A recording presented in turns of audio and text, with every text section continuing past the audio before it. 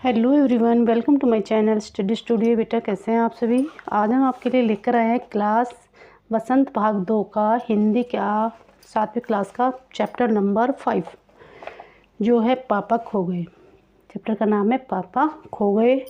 और जैसा कि सबसे पहले इसका राइटर को देखते हैं, हम राइटर याद करेंगे सभी बच्चे। चैप्टर काफ़ी लंबा है तो बड़ा ही इंटरेस्टिंग चैप्टर है। और इसमें पीछे एक वीडियो मैंने चैप्टर में पढ़ा रखा है, अब इसको दोबारा नहीं पढ़ेंगे, क्वेश्चन आंसर एक्सप्लेन करूँगी सिर्फ मैं। इसका राइटर है विजय तेंदुलकर। क्या है इसका चैप्टर का जो राइटर है विजय तेंदुलकर है। इसमें कुछ पात्र हैं, तो जैसा कि नाम से पता चल रहा है पापा खो गए, तो इसमें पात्र हैं इसके बिजली का खंभा है, एक पेड़ है, एक लेटर बॉक्स है, एक कौवा है, एक नाचने वाली है, एक लड़की है और एक आदमी है। तो इसमें सभी पात्र अपना अपना रोल प्ले कर रहे हैं और सभी बहुत ही अच्छा इंटरेस्टिंग चैप्टर है। आप इसको पीछे वीडियो में देख सकते हैं, काफ़ी लंबी वीडियो बनी थी उसमें भी। और उसमें हर वर्ड को हर चीज़ को अच्छे से मैंने समझा दिया है। 12-13 पेज का ये चैप्टर है, तो आप इसको खुद से ही पढ़ लेंगे। और वीडियो देखना चाहिए, उसको एक्सप्लेन समझ में जिन बच्चों को नहीं आ रही है वो अच्छे से एक्सप्लेन उसमें कर रखा है मैंने, वो सभी देख लेंगे। ठीक है बेटा। तो सभी इसमें जो पात्र हैं वो बड़े ही इंटरेस्टिंग पात्र हैं। कौवा है, लेटर बॉक्स है, पेड़ है, खंबा है, सभी आपस में वहाँ पे एक वहाँ पे बात करते रहते हैं आपस में। तो यही वर्णन है इसमें सभी। ठीक है। तो इसके हम आज क्वेश्चन आंसर करेंगे, सभी बच्चे ध्यान से देखेंगे। इसके अभ्यास के जो क्वेश्चन है वो सिर्फ 6 क्वेश्चन है, ये 6 क्वेश्चन है, इनको करेंगे। कुछ वर्डनिंग देखती हूँ या फिर शॉर्ट क्वेश्चन आंसर सभी कुछ करवाएंगे बढ़िया तरीके से। तो आइए सभी देखते हैं। वर्ड मीनिंग तो इसमें दे नहीं रखे। तो क्वेश्चन नंबर 1 देखिए बेटा, यहाँ से देखिए, अच्छे से दिख रहा है, बड़ा क्लीन दिख रहा है, कोई दिक्कत नहीं है। नाटक में आपको सबसे बुद्धिमान पात्र कौन सा लगा। तो वीडियो बनाने का मेन मकसद ये है कि सभी बच्चों को ये क्वेश्चन आराम से याद हो जाए इसी समय, ना कि कोई भी बच्चा बाद में याद करे उनको। ठीक है। तो उनको समझ लेना है और ख़ुद से ही एक्सप्लेन करना है, कोई बड़ी बात नहीं है। तो सबसे बुद्धिमान पात्र कौन सा लगा आपको ये बताना है। तो नाटक में कौन कौन है, पेड़ है, खंबा है, लेटर बॉक्स है, पोस्टर है और कौवा है। पोस्टर जिस पर हम जो न्यूज़ लिखते हैं ना वो है, इस पर कौवा है। ठीक है। आदि अनेक पात्र हैं, सबका आपको इनको नाम याद ये कर लेना है याद, तो कौन कौन से। ठीक है। सबका अपना अपना काम और अपना अपना दृष्टिकोण है, यानी कि सबका अपना अपना काम है और सबका अपना अपना दृष्टिकोण, मतलब सबका अपना अपना सोचने का समझने का अलग अलग दृष्टिकोण होता है। इसको थोड़ा सा और क्लियर कर देते हैं। अब ठीक है। ठीक है। तो इन सभी पात्रों का सबका अपना अपना काम है, अपना अपना दृष्टिकोण है। सब छोटी लड़की को उसके घर पहुंचाने के उपाय सोचते हैं। एक छोटी लड़की है इस चैप्टर में, वो खो जाती है, यानी खो क्या जाती है, उसका पापा खो जाता है, तो वो पापा को ढूंढती रहती है। तो ये सभी जो पात्र हैं लड़की को उसके पापा तक, उसके घर तक पहुंचाने के लिए उपाय सोचते हैं। ठीक है। स्टोरी में ऐसे है, किंतु हमें इन सब में सबसे अधिक बुद्धिमान कौवा लगा। कौन सा है सबसे बुद्धिमान पात्र इन सब में? कौवा है। अगर शॉर्ट क्वेश्चन भी आता है सबसे बुद्धिमान पात्र कौन है? कौवा है, क्योंकि उसने ही लड़की को उसके घर पहुंचाने का उचित और सही उपाय बताया। क्योंकि कौवे ने उसकी लड़की को घर पहुंचाने के लिए एक सही उपाय बताया था। कौवे को आज के जीवन के विषय में अधिक जानकारी थी। आजकल जो टेक्नोलॉजी है, आजकल जो चल रहा है, उसके बारे में कौवे को ज़्यादा पता थी, क्योंकि जो खंभा था, लेटर बॉक्स था, पेड़ था, वो सभी एक जगह पर व्यवस्थित थे। ठीक है। इधर उधर नहीं जाते थे, जबकि कौवा था वो सब जगह जाता था। तो उसके आजकल क्या चल रहा है, कैसे इसका पता चलेगा, इसके पापा का कैसे इसके घर का पता चलेगा, वो कौवे को ज़्यादा पता था। ठीक है। क्योंकि वो इधर उधर जाता था, इसलिए वह खंबे को वृक्ष की ओर टेढ़ा होने की सलाह देता है ताकि देखने वाले को एक दुर्घटना लगे। तो वो एक एडवाइस देता है कौवा कि खंबे को वृक्ष की ओर टेढ़ा, थोड़ा सा टेढ़ा होने से ऐसा लगेगा कोई दुर्घटना हो गई है इधर, लोग इधर आएंगे और पता चलेगा, पुलिस आएगी तो लड़की को देखेंगे तो पता चलेगा ये किसकी है, कहाँ, फिर इसका घर का पता चल जाएगा। ठीक है, तो ये एडवाइस किसने दी थी? कौवे ने दी थी। कौवे ने एडवाइस दी थी कि खंबे को वृक्ष की तरफ थोड़ा सा टेढ़ा हो जाए, थोड़ा सा झुक जाए तो लोगों को लगेगा यहाँ पे दुर्घटना हो गई है और यहाँ पर पुलिस आएगी, उसे देखेगी पुलिस और लड़की को भी देख लेगी, इससे पुलिस लड़की को घर पहुंचा देगी। ये थी कौवे की एडवाइस। वह काव काव कर कर ध्वनि लोगों को अपनी ओर ध्यान खींच लेता है। वह कहता है जब तुम ऐसा करोगे तो मैं काव काव करके सबको अपने तरफ बुला लूँगा। इससे अतिरिक्त वह लेटर बॉक्स से पोस्टर पर भी पापा खो गए लिखवा देता है। जो लेटर बॉक्स था उस पर भी वो लिखवा देता है पापा खो गए। इस प्रकार वह उस नन्ही लड़की को उसके घर पहुंचाने के लिए कई सुझाव देता है। कौन देता है सुझाव? कौवा। अतः सबसे बुद्धिमान पात्र कौन है? कौवा। ठीक है, इतना ही क्वेश्चन था, ये बड़ा ही इजी क्वेश्चन है। तो इसमें सबसे पहले हमको पात्र बताने हैं, फिर हमें अपना उन सबका अपना अपना दृष्टिकोण है, लेकिन लड़के को घर पहुँचे सबसे बुद्धिमानी का काम कौवे ने किया। उसने क्या किया कि उसको खंबे को एडवाइस दी कि आप थोड़ा झुक जाओ जिससे लोगों को लगे दुर्घटना हो गई है और वहाँ पर पुलिस आएगी, कौवा सबको बुला लेगा और लड़की को देखेगा और उसको घर पहुँचा देगा। ठीक है, इतना ही आपको लिखना है। क्वेश्चन नंबर 2 देखिए, पेड़ और खंबे में दोस्ती कैसे हुई? देखो, जैसे कि चैप्टर में एक्सप्लेनेशन में बहुत अच्छे से बता रखा है, पीछे एक वीडियो बना रखी है एक्सप्लेन की चैप्टर की। तो उसमें क्या है कि पेड़ और खंबा दोनों अपने अपनी अकड़ में खड़े थे, पेड़ भी और खंबा भी। तो उनकी आपस में दोस्ती कैसी? वो दोनों अपने अपने मतलब अकड़ में थे। तो उसमें कैसे क्या हुआ देखो। आरंभ में पेड़ वहाँ अकेला ही खड़ा, सबसे पहले तो पेड़ खड़ा था, फिर बाद में खंबा लगा दिया गया। तो आरंभ में सबसे पहले पेड़ वहाँ खड़ा था। नगर में सड़कों का निर्माण हुआ। जब नगर में सभी और सड़कों का निर्माण हुआ, सड़कें बनाई गई, तो आसपास बड़े बड़े घर बनने लगे, तो बिजली का खंभा भी लगाया गया। ठीक है, तो सबसे पहले पेड़ खड़ा था, फिर सड़कों का निर्माण दिखाना है आपको, जो मैं अंडरलाइन कर रही हूँ उन चीज़ों पर खास फोकस करना है, तो आपको क्वेश्चन याद करने की जरूरत नहीं पड़ेगी। तो सबसे पहले क्या दिखाएंगे? पेड़ अकेला खड़ा था, नगर में सड़कों का निर्माण हुआ, फिर आसपास बड़े बड़े घर बनाए, फिर क्या हुआ? घर बनाने के लिए बनाए जाने लगे और उसके बाद बिजली के खंभे भी लगाए। जब घर बनेंगे तो बिजली की भी ज़रूरत पड़ेगी, है ना? तो बिजली की ज़रूरत पड़ेगी तो वो क्या करें? बिजली के खंभे लगाए गए। आरंभ में पेड़ ने खंभे की ओर दोस्ती का हाथ बढ़ाया। सबसे पहले पेड़ ने हाथ बढ़ाया था, किसकी तरफ? खंभे की तरफ। सबसे पहले पेड़ ने खंभे की तरफ दोस्ती का हाथ बढ़ाया, तो खंभे ने उसकी ओर ध्यान नहीं दिया। खंभा अकड़ में खड़ा था, खंभे ने उसकी तरफ ध्यान नहीं दिया, वह अपनी अकड़ में खड़ा रहा। कौन खड़ा रहा? खंभा खड़ा रहा अकड़ में। पेड़ ने दोस्ती का हाथ बढ़ाया। एक बार जोर से तूफान आने पर खंभा पेड़ पर गिर पड़ा।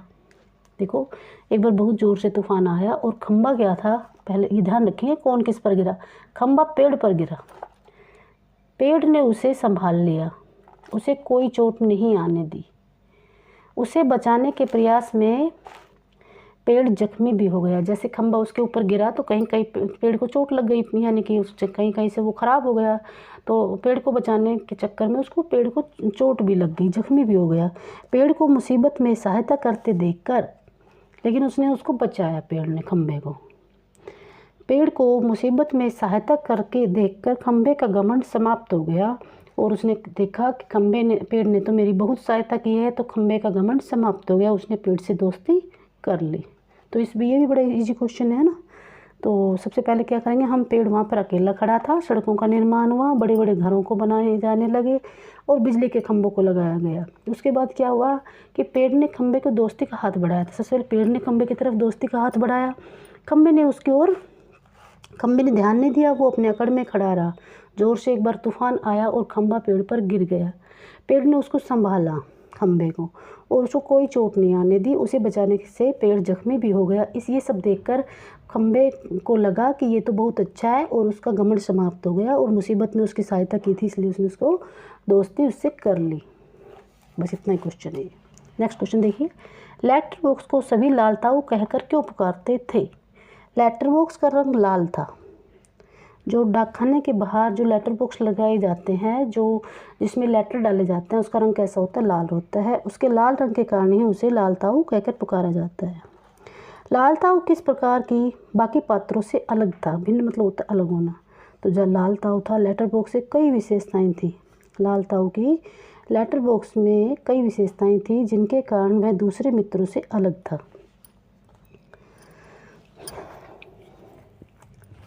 लाल ताऊ था, उसमें कई विशेषताएं थी, ठीक है। वो अलग कैसे था? बहुत सारी विशेषता, इसके कारण वह दूसरों से अलग था। उसकी आवाज़ बहुत ही मीठी थी। लेटर बॉक्स की आवाज़ कैसी थी? बहुत ही मीठी थी। वह भजन गाता था और सभी को अच्छा लगता था। तो आपको क्या दिखाना है? भजन गाना और सभी को अच्छा लगना और उसकी आवाज़ मीठी, लेटर बॉक्स की। वह अपने पेट में बहुत से लोगों के विचार व बातें छुपा कर रखता था। बहुत सारे उसमें चिट्ठियाँ आती थी, है ना। लेटर बॉक्स में से भी चिट्ठियाँ आती है तो सभी उसके पेट में पड़ी रहती है लेटर बॉक्स के अंदर। तो बहुत सारे लोगों की पेट में विचार और बातें छुपा कर रखता था। उसे आजकल के बच्चों द्वारा पढ़ाई न करने पर क्रोध आता था। लेटर बॉक्स को बड़ा गुस्सा आता था क्योंकि उसमें चिट्ठियाँ आती थी। एक चिट्ठी भी आई थी बच्चे की पढ़ाई के ऊपर, तो उसको लेटर बॉक्स को, जो आजकल के बच्चे पढ़ाई नहीं करते, उससे उसको बहुत गुस्सा आता था लेटर बॉक्स को।